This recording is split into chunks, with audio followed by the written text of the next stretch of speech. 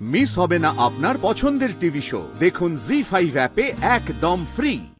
কিন্তু তবু যে মানুষটা আমার জন্য এত কিছু করেছে, আমি কখনো তার কথা অমান্য করব না।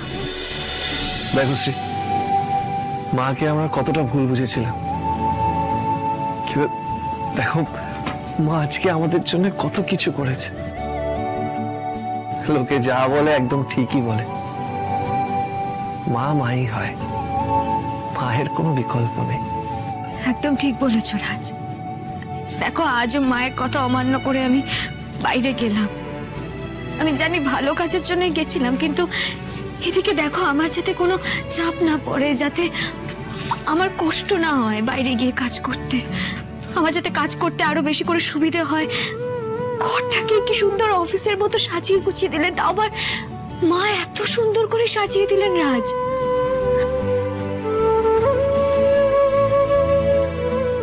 এরপরও তুমি পারবে শ্রী মায়ের কথা অমান্য করে কিছু করতে? না রাজ, মায়ের কথা কিন্তু আর অমান্য করা যাবে না। হ্যাঁ জানি মা যেটা বলছেন সেটা আমার ইচ্ছের বিরুদ্ধে, কিন্তু তবু যে মানুষটা আমার জন্য এত কিছু করেছে, আমি কখনো তার কথা অমান্য করব না। আমি আজ থেকে এই ঘরেই থাকবো।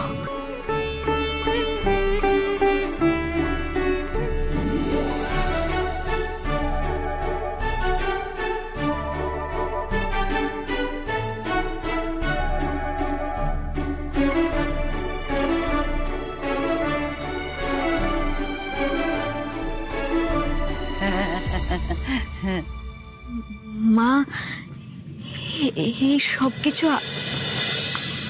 আপনি সাজিয়েছেন? এই দেখ কিরকম অফিসটাকে ঘরের মধ্যে নিয়ে চলে এসেছি। পছন্দ হয়েছে তো? কোনো ভুল হলে গন্ডগোল হলে কিন্তু বলে দিবি। মা। হ্যাঁ বাবা।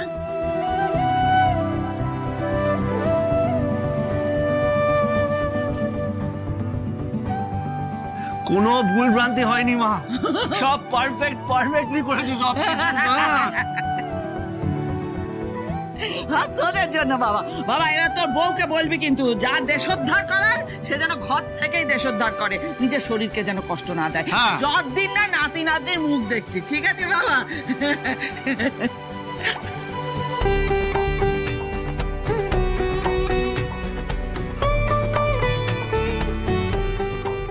রাজ,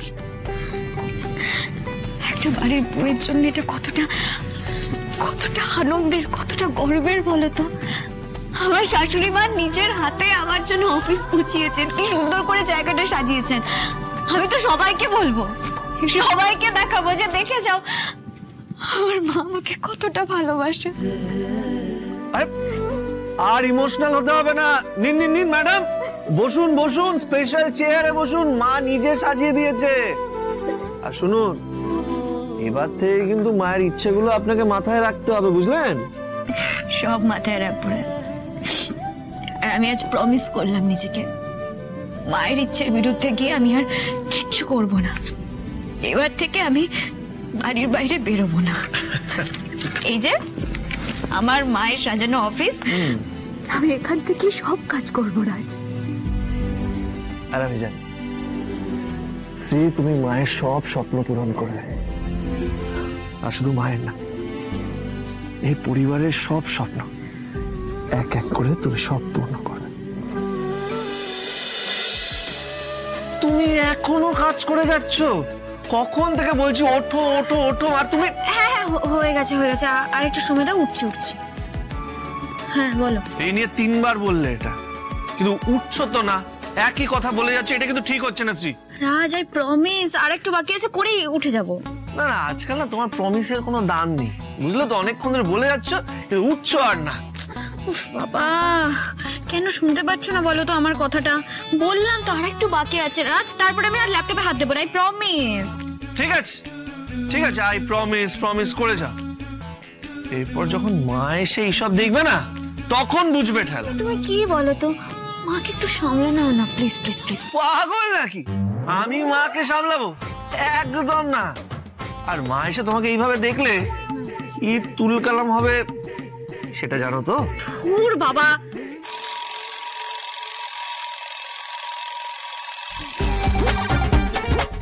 এরপরে অ্যালার্মিংটা 10টার সময় বাজবে। তার মধ্যে যেন ঘরের সব আলো নিভে যায়, মনে রেখো কথাটা।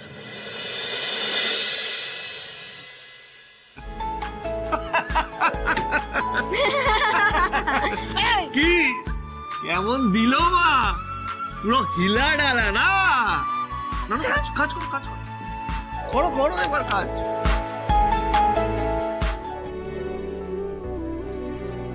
কি রে, তুই একা একা ওপর থেকে নেমে এলি? না না মা, আমি একদম ঠিক আছি। হ্যাঁ, আমি ঠিক আছি। তুই কি করে জানবি যে তুই ঠিক আছিস কিনা? নিজের একটা খেয়াল রাখতে পারিস না? কাউকে তো ডাকতে পারতিস, কাউকে না ডেকে একা একা নেমে এলি। মা আসলে সবাই ব্যস্ত আছে, তাই আর আমি কাউকে ডাকি না। আপনি চিন্তা করবেন না মা। কি কাজে ব্যস্ত? তোর সঙ্গে সঙ্গে আসবে, এর থেকে বড় কাজ আর কিছু হয় না। ভগবান না করুন যদি উল্টো পাল্টা কিছু একটা হয়ে যায় তখন। কাজ করছে সবাই, বললি না কাজ করছে তো, দেখ সবার কাজ আমি আজকে বের করব। না না মা, কেন এত ভাবছেন বলুন তো? আমি তো বলছি মা, আমি দিব্যি আছি। তুই চুপ কর। কাজ দেখাচ্ছে সবাই খুব, না কাজ। লাভলিটা কোথায় গেল? এই লাভলি, লাভলি আয় এদিকে আয়, তোকে আলু কাবলি আজকেই বানাবো। আয়। কি হয়েছে মা?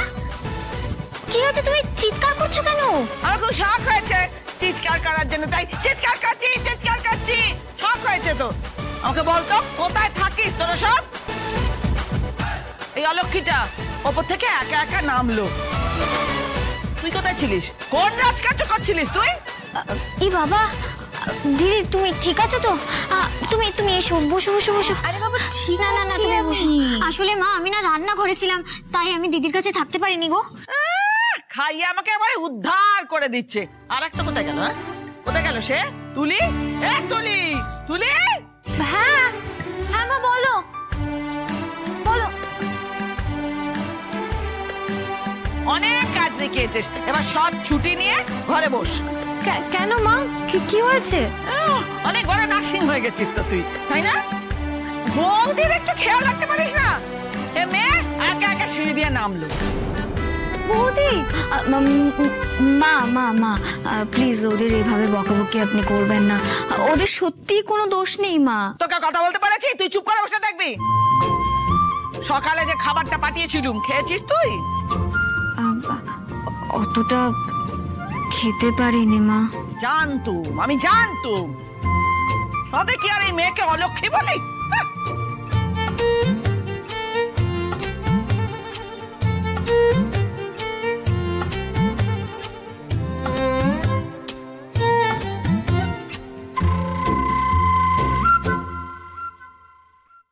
জি5 ডাউনলোড করুন আর সব এপিসোড দেখুন একদম ফ্রি।